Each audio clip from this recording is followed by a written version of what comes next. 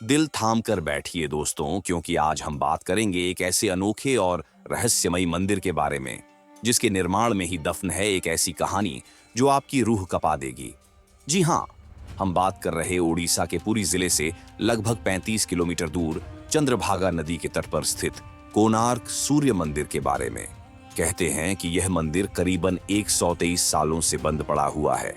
आखिर इसके बंद होने के पीछे की कहानी क्या है और ऐसी भी क्या वजह रही होगी जो इस मंदिर को बिना किसी पूजा अर्चना के यूं ही अचानक बंद करना पड़ा। कोणार्क मंदिर अपने अंदर कई रहस्यों को समेटे हुए है, लेकिन सबसे ज्यादा चौंकाने वाली बात है इस मंदिर में स्थापित भगवान सूर्यदेव की मूर्ति के बारे में। बताते हैं कि भारत में ही नहीं बल्कि पूरे विश्व में कोणार्क ही एकलौता ऐसा मंदिर है जिसकी मूर्ति हवा में झूलती रहती थी। अब आप में से कुछ लोग इसे चमत्कार से जोड़ रहे होंगे, जबकि इस मूर्ति की कहानी विज्ञान की ओर इशारा करती है। कोणार्क मंदिर की मूर्ति हवा में इसलिए तैरती थी क्योंकि इस मंदिर के शिखर पर करीबन 50 टन का चुंबक लगा हुआ था। लेकिन रहस्य इस बात में छुपा हुआ है कि इतना भारी चुंबक आखिर गया कहां? आखिर इसके पीछे की कहानी क्या है? जब आप इस मंदिर के बाहरी हिस्से को देखेंगे तो आपको इस मंदिर में स्थापित 7 पहिए देखने को मिलते हैं। सबसे चौंकाने वाली बात यह है कि इस मंदिर के पहिए, जो सूर्य और चंद्रमा की गति से संचालित होते थे, एक प्राचीन समय यंत्र की तरह काम करते हैं और आज भी सटीक समय दिखाते हैं। हैरान करने वाली बात तो यह है कि प्राचीन समय में जब इतनी ज्यादा टेक्नोलॉजी भी नहीं थी, आखिर ऐसा अद्भुत निर्माण किया किसने? कोणार्क मंदिर को हमेशा से एक ऐसी कहानी के साथ जोड़ा जाता है जो वाकई एक त्याग की अनोखी गाथा को जन्म देती है। कहते हैं कि एक 12 वर्ष के लड़के ने इस मंदिर के निर्माण में एक ऐसी अहम भूमिका निभाई थी जिसके कारण इस मंदिर को एक नई पहचान मिली। जी हाँ, हम बात कर रहे हैं धर्मपद की। लेकिन सवाल यह उठता है कि 12 वर्ष के धर्मपद ने इस मंदिर के शिखर से कूदकर अपने प्राणों की आहुति क्यों दी? इसके पीछे की कहानी आखिर है क्या? इन सभी सवालों के जवाब हम आपको देंगे आज की इस खास वीडियो में। यह सिर्फ एक मंदिर की कहानी नहीं है, बल्कि प्राचीन भारत के विज्ञान और कला का ऐसा अद्भुत प्रमाण है जो आपको चौंका देगा। क्या आप तैयार हैं कोणार्क मंदिर के इस अनोखे सफर पर चलने के लिए? तो चलिए शुरू करते हैं आज की इस रहस्यमयी और दिलचस्प डॉक्यूमेंट्री को। दोस्तों, कोणार्क मंदिर के इन तमाम रहस्यों को जानने से पहले आपको जानना होगा इस मंदिर के निर्माण के बारे में, जिसकी शुरुआत द्वापर युग की एक कथा से होती है। इस कथा में भगवान श्री कृष्ण और उनके पुत्र सांब की महत्वपूर्ण भूमिका है। सांब भगवान श्री कृष्ण और जामवंती के पुत्र थे। वह अपनी अद्भुत सुंदरता और आकर्षक व्यक्तित्व के लिए प्रसिद्ध थे, लेकिन यही उनकी सबसे बड़ी कमजोरी भी बन गई। सांब का अहंकार बढ़ने लगा और उन्होंने स्वयं को सबसे श्रेष्ठ मानना शुरू कर दिया। नारद मुनि, जो अक्सर देवताओं और मनुष्यों के बीच संदेशवाहक बनते थे, उन्होंने सांप को उकसाया। नारद ने सांप से कहा, तुम्हारी सुंदरता तो अद्वितीय है, क्या तुम अपना अद्भुत सौंदर्य गोपियों के बीच जाकर नहीं दिखाना चाहते? सांब अहंकार में आकर गोपियों के बीच चले गए, जो उनके पिता भगवान श्री कृष्ण को अत्यंत अनुचित लगा। भगवान श्री कृष्ण ने सांब की इस मर्यादा को तोड़ने वाली हरकत पर उन्हें कठोर श्राप दिया। तुम्हारा सुंदर शरीर अब कुष्ठ रोग से ग्रसित हो जाएगा। श्राप का असर तुरंत हुआ और सांप का शरीर विकृत हो गया। उनके शरीर पर भयंकर फोड़े फुंसी उभर आई। सांप अपने कष्ट से छुटकारा पाने के लिए विभिन्न अर्षियों के पास गए। अंततः उनकी भेंट महर्षि कटक से हुई। महर्षि ने सांप से कहा, तुम्हें सूर्यदेव की कठोर तपस्या करनी होगी। केवल सूर्यदेव ही तुम्हें इस रोग से मुक्त कर सकते हैं। महर्षि कटक ने उन्हें मित्रवन में चंद्रभागा नदी के तट पर जाकर 12 वर्षों तक तपस्या करने की सलाह दी। सांब ने चंद्रभागा नदी के किनारे जाकर तपस्या शुरू की। 12 वर्षों तक उन्होंने अन्न जल का त्याग कर कठिन तपस्या की। दिन रात केवल सूर्यदेव का ध्यान करते हुए उन्होंने अपनी आत्मा को तपस्या में लीन कर दिया। सांप की कठोर तपस्या से सूर्यदेव प्रसन्न हुए।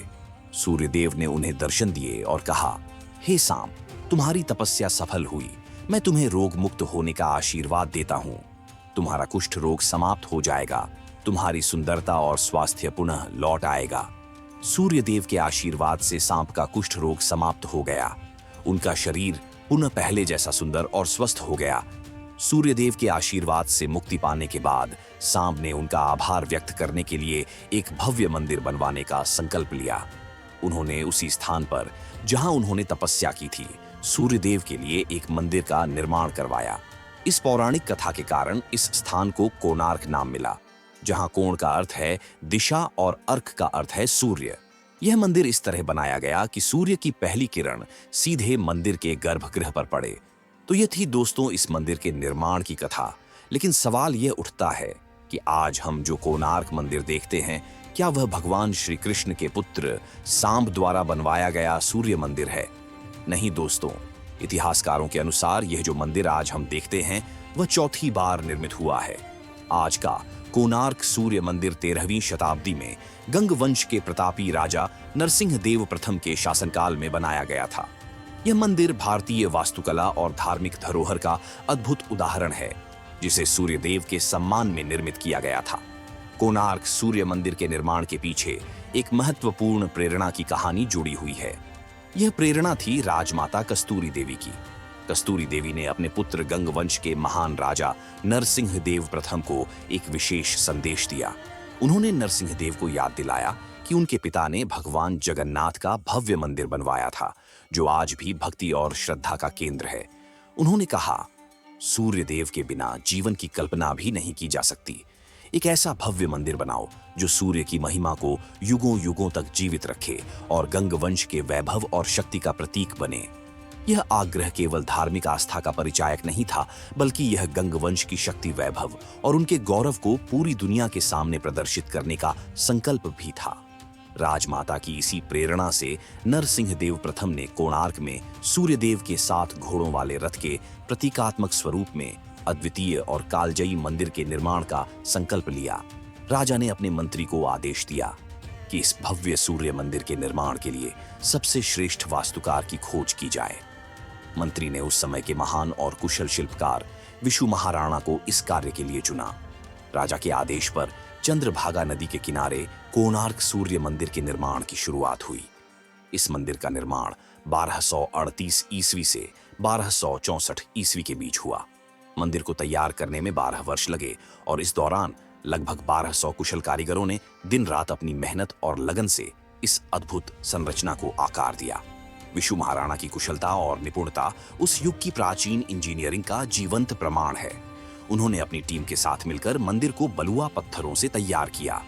विशेष बात यह है कि इन पत्थरों को जोड़ने के लिए लॉ प्लेट्स यानी आयरन क्लैंप्स का इस्तेमाल किया गया, जिसे आज हम आधुनिक लॉक सिस्टम कह सकते हैं। यह तकनीक उस समय के उन्नत इंजीनियरिंग ज्ञान को दर्शाती है और यह साबित करती है कि हमारे पूर्वज तकनीकी रूप से कितने सक्षम और उन्नत थे। मंदिर निर्माण के अंतिम चरण में जब शिखर पर कलश स्थापित करने की बारी आई, तो कारीगरों के कई प्रयास असफल रहे। ये देख राजा नरसिंह देव क्रोधित हो गए और उन्होंने आदेश दिया कि यदि सूर्योदय से पहले शिखर पर कलश स्थापित नहीं हुआ तो सभी कारीगरों को मृत्युदंड दिया जाएगा। यह सुनते ही निर्माण स्थल पर भय और निराशा का माहौल छा गया। मुख्य शिल्पकार विशु महाराणा के कंधों पर भारी संकट था। उसी समय उनका 12 वर्षीय पुत्र धर्मपद वहां पहुंच गया। धर्मपद, जिसने जन्म के बाद से अपने पिता को कभी नहीं देखा था, मां की अनुमति लेकर यहां आया था। जब उसने देखा कि सभी कारीगर संकट में हैं और उसके पिता चिंता में डूबे हैं, तो उसने पूछा, पिताजी, मैं इस समस्या का हल कर सकता हूं, क्या आप मुझे अनुमति देंगे? बालक धर्मपद धीरे धीरे मंदिर के शिखर पर चढ़ा। अपनी कुशलता और गणना से उसने कलश को पूरी निपुणता के साथ स्थापित कर दिया। वह कार्य जिसे अनुभवी शिल्पकार 12 वर्षों में नहीं कर पाए, धर्मपद ने कुछ घंटों में कर दिखाया। लेकिन यह सफलता धर्मपद के लिए चिंता का विषय बन गई। उसे लगा कि जब राजा को यह पता चलेगा कि यह काम एक 12 वर्षीय बालक ने किया है, तो बाकी कारीगरों को अयोग्य समझकर उन्हें दंडित किया जाएगा। अपने पिता और कारीगरों की जान बचाने के लिए धर्मपद ने मंदिर के शिखर से चंद्रभागा नदी में छलांग लगा दी और अपने प्राणों की आहुति दे दी। सुबह जब राजा ने मंदिर के शिखर पर कलश को स्थापित देखा और हवा में झूलती सूर्यदेव की मूर्ति को देखा, तो वह अत्यंत प्रसन्न हुए। उन्होंने मंदिर की प्राण प्रतिष्ठा के लिए माघ शुक्ल सप्तमी का दिन तय किया। लेकिन जैसे ही मंदिर की प्राण प्रतिष्ठा संपन्न हुई, कुछ रहस्यमय घटनाएं होने लगी। सबसे पहले मंदिर के शिखर की एक विशाल मूर्ति नीचे गिर गई।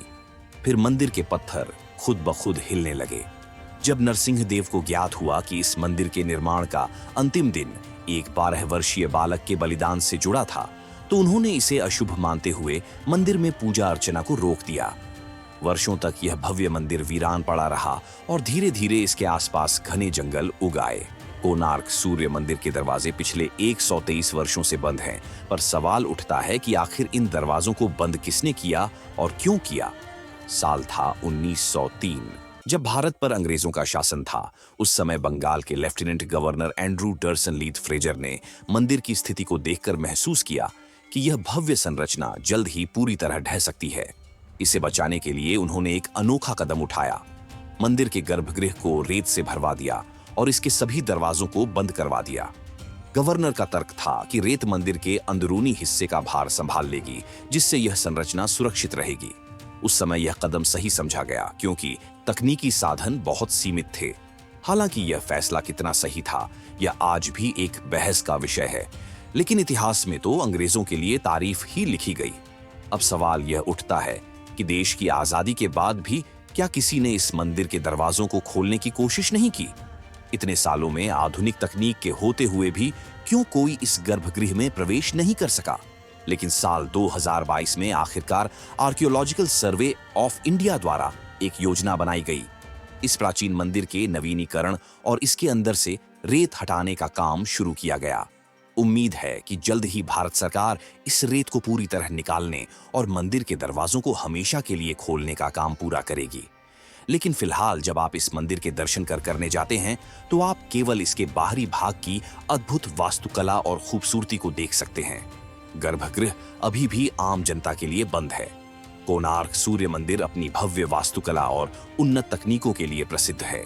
इसका 52 टन का विशाल चुंबक पूरी संरचना को संतुलित रखता था और गर्भगृह में अष्टधातु की सूर्यदेव की मूर्ति हवा में तैरती प्रतीत होती थी। मंदिर के विशाल पहिए सूर्य घड़ी के रूप में कार्य करते हैं और सटीक समय बताते हैं। निर्माण सूर्य की गति के अनुरूप किया गया था, जिससे पहली किरण गर्भगृह में स्थित प्रतिमा पर पड़ती थी।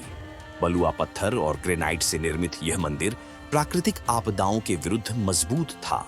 मंदिर के शिखर पर लगे शक्तिशाली चुंबक और लोहे की प्लेटों ने इसे स्थिर बनाए रखा।